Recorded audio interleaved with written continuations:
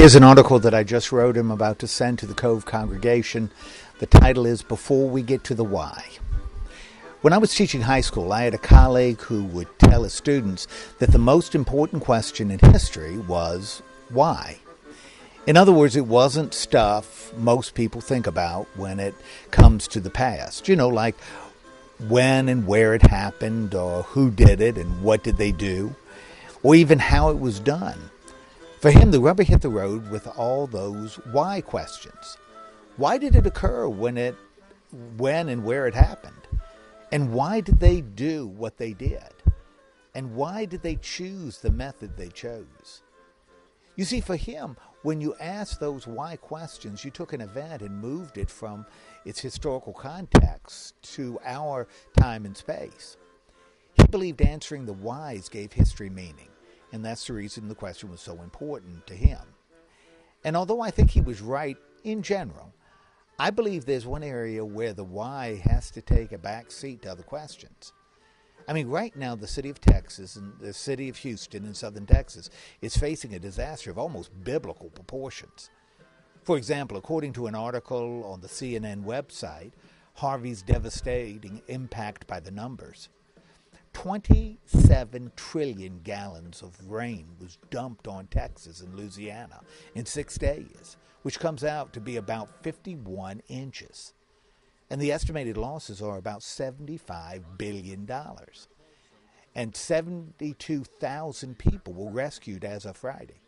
About 30,000 people will need temporary shelter, with 215 students at a school after Houston, the seventh largest school district in the United States, canceled classes. About 14,000 National Guard members were activated to help in 33 Texas counties under a federal disaster declaration. And those are just the numbers.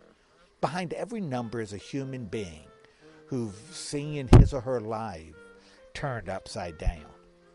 You see, through no fault of their own, they've been put in a situation that most of us pray we'll never have to face. And yet there they are, struggling through something they couldn't have imagined a month ago. And for us who are dry and safe, well, I don't think the whys are all that important. I believe there are other questions far more pressing. And I'll tell you, they're questions for which we already know the answers. For example, we already know when we should put our faith into action. You see, the time is now. And we know where our help should go and whom we should help. This isn't rocket science. And we even know what form our help should take and how it can be delivered. And even though I'm a praying man and believe prayer is important, I also believe that James was right when he wrote, "What good is it, my brothers and sisters, if you say you have faith but do not have works? Can faith save you? If a brother or sister is naked and lacks daily food, and one of you says to them, 'Go in peace, keep warm and eat your fill,' and yet you do not supply their bodily needs, what is the good of that?" So faith by itself, if it has no works, is dead. Now, these are the questions that should be motivating our actions. And then, later, we might want to consider the whys. You know, why it happened and why the destruction was so great. You see, it's after we've stopped the bleeding that we can begin to figure out how we might reduce it again. At least that's what I believe. Now, when I was teaching history, I wasn't sure I agreed with my colleague. I mean, although I think that in the long run, understanding comes from answering the why, to get there, we need to have a pretty firm handle on the when and the where, the who and the what, and also the how. And as we watch the images come from southern Texas, I believe those are some of the questions we should be asking before we get to the why. Amen.